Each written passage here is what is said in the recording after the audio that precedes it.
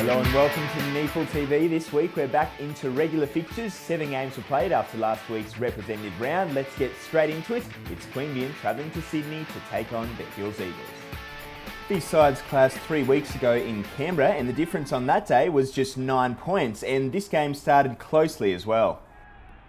It was absolutely blowing a gale at Bruce Purser Reserve. About a 5 to 6 goal breeze was favouring the end of Queanbeyan in the first term, but they couldn't capitalise.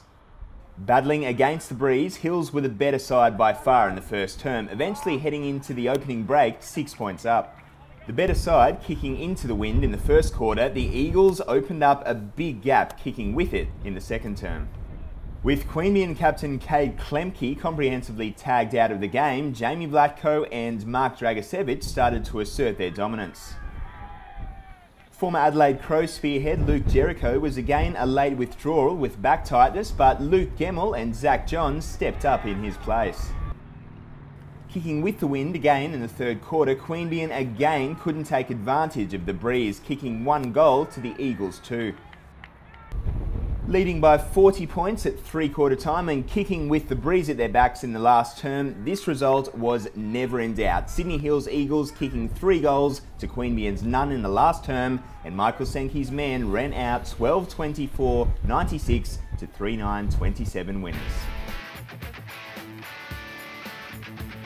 Next up, let's head to Queensland, where 2 teams with finals aspirations clashed. It's Southport hosting Ainsley. Based on ladder positions, this game should have been a close contest. Southport entered the match in 7th and Ainsley were 6th, but from the outset, it was the home side who were dominant. Great smother. That's a 1% goal for the Southport Sharks. After goaling within the opening 2 minutes, Southport spearhead Josh Baxter got his first, and when Jason Burge kicked one from the midfield, the Sharks skipped out to a 3-goal lead early. Great snap there. After a slow start, the Canberra side finally clicked into gear. Key marksman Nick Payne got his first, and Nick Salter got amongst the goals as well.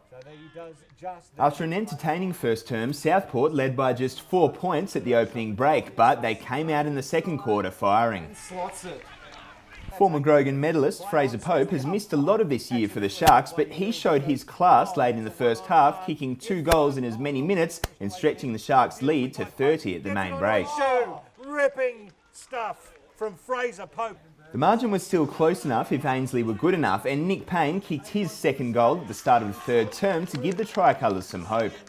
The middle section of the third term saw some of the most even football of the day as the sides traded goals. With the margin still manageable, Southport made a decisive move in red time in the third term with goals to Burge, Cornish and Goldsmith. When Burge, who was brilliant all afternoon, kicked his third goal in the opening stages of the fourth term, Southport had extended its lead to more than 50 points for the first time all afternoon, and the result was all but sealed. Now to a Canberra derby, the Eastlake Demons play Belconnen Magpies. The Demons and Magpies have both struggled in 2014, so this game was a rare chance for either side to get a win on the board, but the match wasn't much of a spectacle thanks to atrocious conditions. It was Eastlake who adjusted slightly better at Star Track Oval, kicking 3 goals to 1 in the opening term and taking a 13-point lead into the first change. Will it go through on the dribble? Aaron Bruce, you betcha, too good, too skillful. The match continued to be very scrappy in the second term, but it was Eastlake who again was slightly the better side, kicking 2 goals to 1 and edging ahead further at the main break. With just 7 goals kicked in the entire first half, something had to give, and it did in the third term as the match opened up. Amazingly, after the dour first half, there were 9 goals kicked in the third term alone. Belconnen kicking 5 and getting themselves right back into the contest, trailing by just 12 points at three-quarter time. So, Aaron Bruce with the Demons' first one.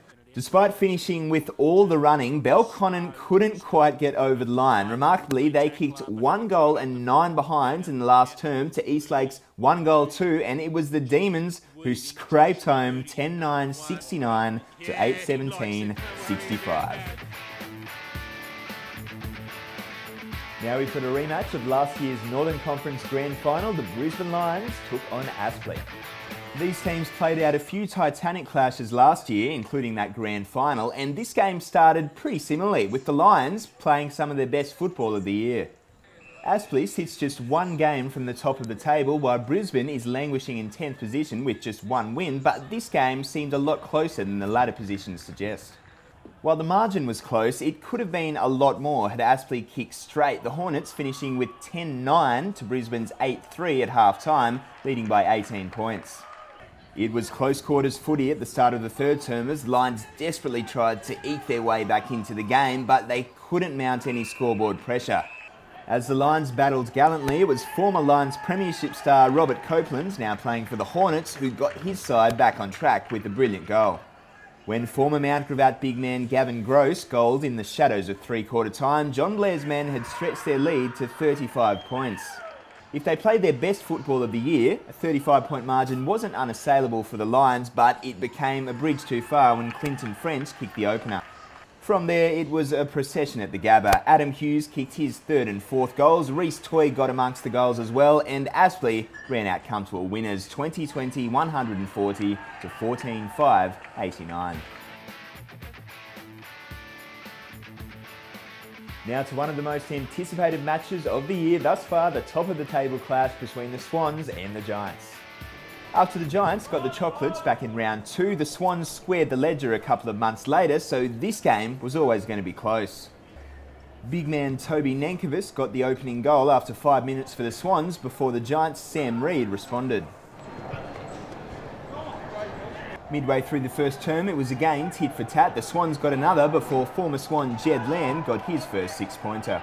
No stranger to kicking a goal this season, Tim Membry got his first and the Swans took a lead into quarter time. Sydney started the first quarter as the slightly better side. The roles were reversed at the start of the second term as UWS got on top. Mark Wiley and James Stewart got goals for the Giants to put them in front, but Dean Towers kicked one for the Swans midway through the term and scores were tied.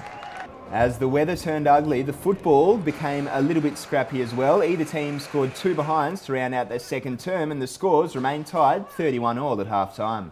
With Gary Rowan off with concussion after copping a heavy knock and young defender Alir also sidelined, this task became very tough for the Swans and the Giants got on top.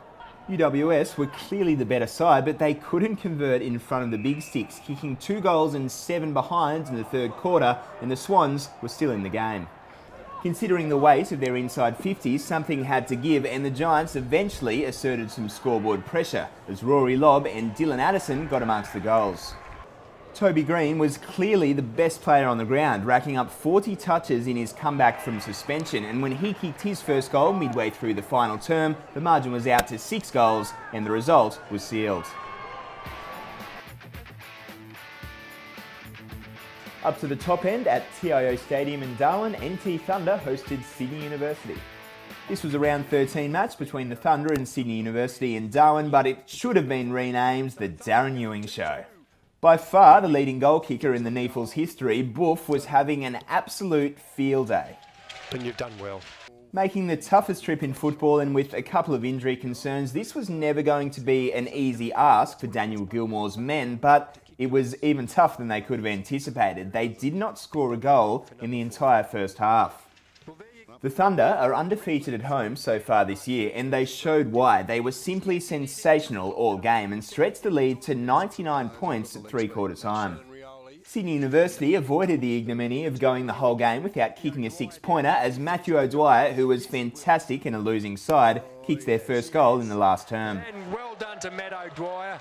He's battled manfully. While O'Dwyer was the students' top scorer with that single six-pointer, Ewing finished with an incredible 10 majors, his biggest haul since his 14 late last year against Labrador. Partner in crime, Chris Dunn kicked 2, and the Thunder ran out 110 points winners. The Big 10 for Ewing.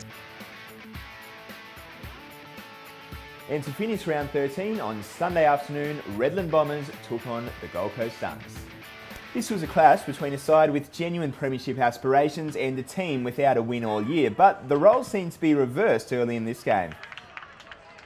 Dropped from the senior side, Livewire Aaron Hall staked his claim for a recall, kicking 2 majors within the opening 7 minutes. Remarkably, Hall kicked his third after 14 minutes, and when Henry Shade goaled 5 minutes later, the Suns had skipped out to a 15-point lead.